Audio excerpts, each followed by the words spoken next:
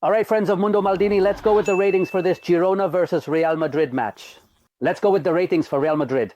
Girona had a really good first half. I mentioned it yesterday. I really liked Asprilla. I was quite impressed with Brian Hill at times. And I really liked Craig, the Czech player, someone I had talked about before the Euro Cup, of course, when he was at Sparta Prague. But let's focus on the grades of Real Madrid, who played a rather discreet first half, in my opinion, and who ended up winning the match to the tune of Jude Bellingham, who made the difference. Jude Bellingham, who held the team together, who pulled the team along, and to whom I am, of course, going to give Real Madrid the highest grade. You'll see the rest now. All right, let's go.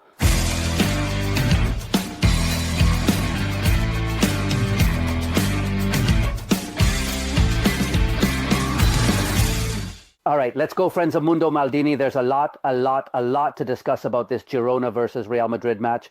Let's see if I have time before I head to Butarque to watch Millesimo Noveno against Real Sociedad to make a video about what Jude Bellingham did yesterday with the Wisecout report. We heard a bit from Ancelotti. In this video, we're going with the ratings. Let's talk about Thibaut Courtois. Well, he didn't have much work, to be honest.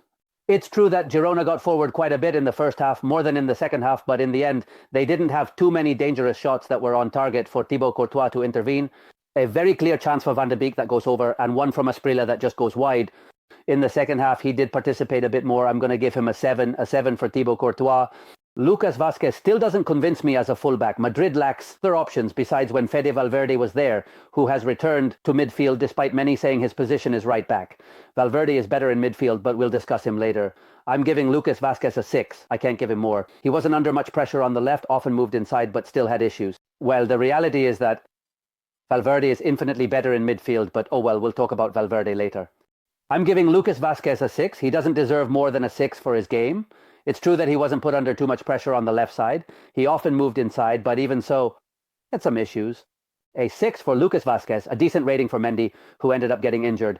And Ancelotti has already confirmed that he won't be able to play in the match in Bergamo, where, by the way, he scored that goal in the knockout round when Madrid eliminated Atalanta. I remember the second leg. That was at Valdebebas, and Madrid advanced in that knockout round. Well, defensively, Asprilla caused him some trouble. It's true that he moved inside a lot too, but I think he had a great game there near the right side and suffered quite a bit. For Mendy, I'm giving him a 5.5.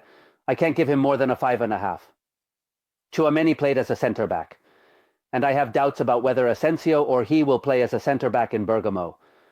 I'm not sure which of the two could step in as a centre-back.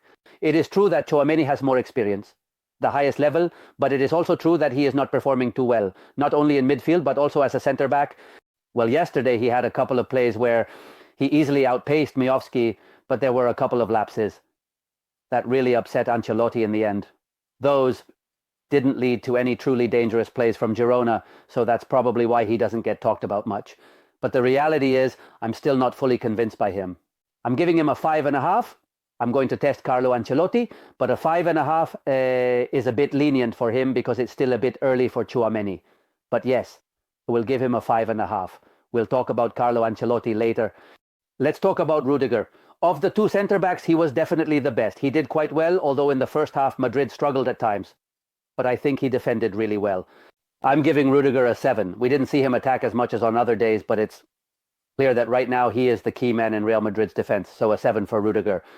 Let's move on to the midfield. He played in a double pivot alongside Fede Valverde, who had a few bursts forward in that positional pivot next to Luka Modric. We didn't see him get much into the final third. For me, it was a game where kind of went under the radar, to be honest.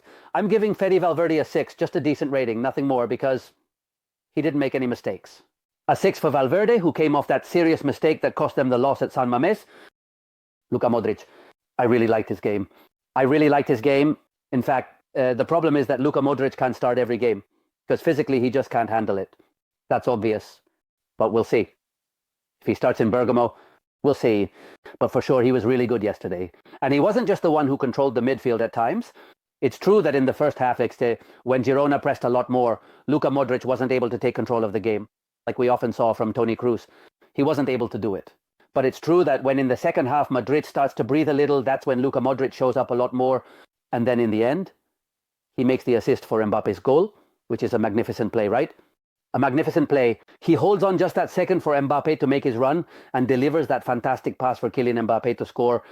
I'm giving him an 8. Luka Modric, I liked it. I liked his game. An 8 doesn't get me to an outstanding score, but it does get an 8 for Luka Modric. Let's talk about Arda Güler, who played on the right. Sometimes he would move more inside, of course, like in the play for Jude Bellingham's goal. I'm still expecting a little more from Arda Güler in the games. Honestly, I'm still expecting a little more. Their flashes, their moments. On the day, for example, of Leganés, as a starter, we saw 2 or 3 really good moments, but we need to give him a little more continuity in the game. And during the matches, it's also true that he's very young. I really believe in Arda Güler. I've said it many times. I really believe in Arda Güler. I'm giving Arda Güler a 7. In the end, I scored a goal. I think a 7 is fair for Arda Güler. Brahim, well, he was involved in the play for the first goal. In fact, the play for the first goal is very important.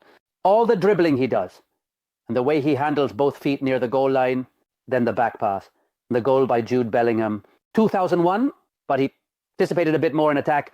He started playing on the left with that tactical change from Ancelotti. Now, we'll talk when we discuss Ancelotti. For me, a 7 for Brahim. All right, good match. A solid 7. But yes, I think a 7 is fair for Brahim. Jude Bellingham, well, by far the best player for Real Madrid. He was the one who held Real Madrid together, the one who ran for everyone many times. He said it yesterday on the Movistar show. Sometimes, as Fernando said, we have to run for everyone. That's why Luis Ariel did. Jude Bellingham. See, he couldn't finish the match because it seemed like he had a little injury. I was talking about it with Rafael Corte and Pito Abelardo earlier, watching the game together, and it seemed like it was a little injury. Then Ancelotti calmed down in the end. I hope he can play in Bergamo and that there are no issues. I hope so, because it's essential for Madrid. Right now, Bellingham is the most important player for Real Madrid by a wide margin, and he's back to a good scoring level because he gets there, because he's the player who sacrifices the most, let's say, who works the hardest.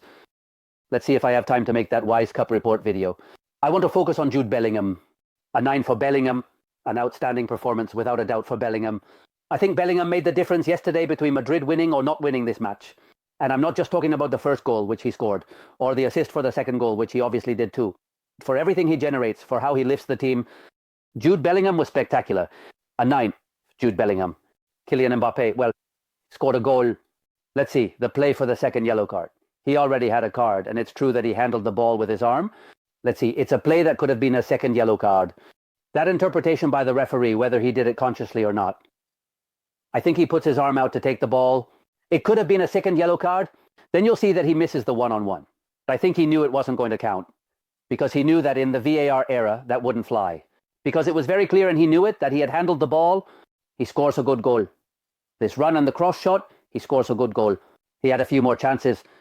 I'm going to give Mbappé a 6.5. I know many of you think, no, he should get a better score, but we should expect more from Mbappé than what he showed yesterday.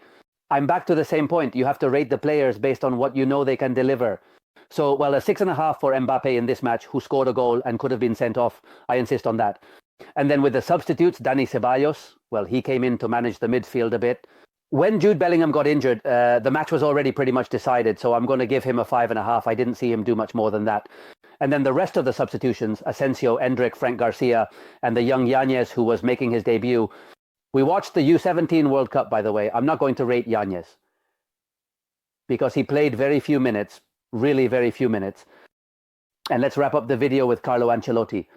I know you really like these rating videos, and many of you comment. I mean, yours, and you give me your opinion. Look, I've been reading some comments recently, and some of them are really interesting. Some are really interesting. You tell me that some of you disagree with a lot of things. You correct some things. I think that's perfect. I think that's perfect. Here we are, a community together. As long as there are no insults, you know I accept criticism, and not only do I accept it, I also ask for it. I demand it. That's right, Carlo Ancelotti. Let's see. Well, he modified the team a bit in terms of formation because he clearly played with a 4-2-3-1 setup with a double pivot of Modric and Valverde. And then he placed Jude Bellingham further up, very much inside. That caused him less effort to regain his position. He put Mbappé as a striker when he had said he would play more on the left side more often. Yesterday it was 9, although the position was later changed with Bremen on the left.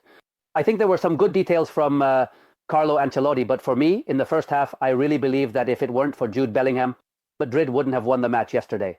I really think that in the first half, a team like Girona, which is a good team, but we're not talking about one of the top teams. In fact, you can see it in the Champions League where Girona is, at times, they put Real Madrid under pressure. I mean, I saw a Real Madrid that really struggled to get into the game until the first goal came and Bellingham started to show up. It was tough for them. The thing is, Girona missed a lot of chances up front, a team with more quality up top. I don't think Madrid came out of the match unscathed yesterday. But well, I'm going to give Ancelotti a 6, a decent score. Just decent for Carlo Ancelotti. I can't give Carlo Ancelotti more than a 6. Well, friends of Mundo Maldini, I'll make a video as soon as the Tottenham-Chelsea match is over, which gives me time to watch it at home after the Butaki game. And I think it's going to be a really interesting match, that Tottenham-Celtic, that London derby. Then I'll comment and cope about Atletico de Madrid versus Sevilla. And as soon as the match is over, you'll have a video. And tomorrow we're back with the Champions League, the previews for the Champions League, the highlights, etc., etc., etc. Here we stop. A hug. Bye, bye, bye, bye.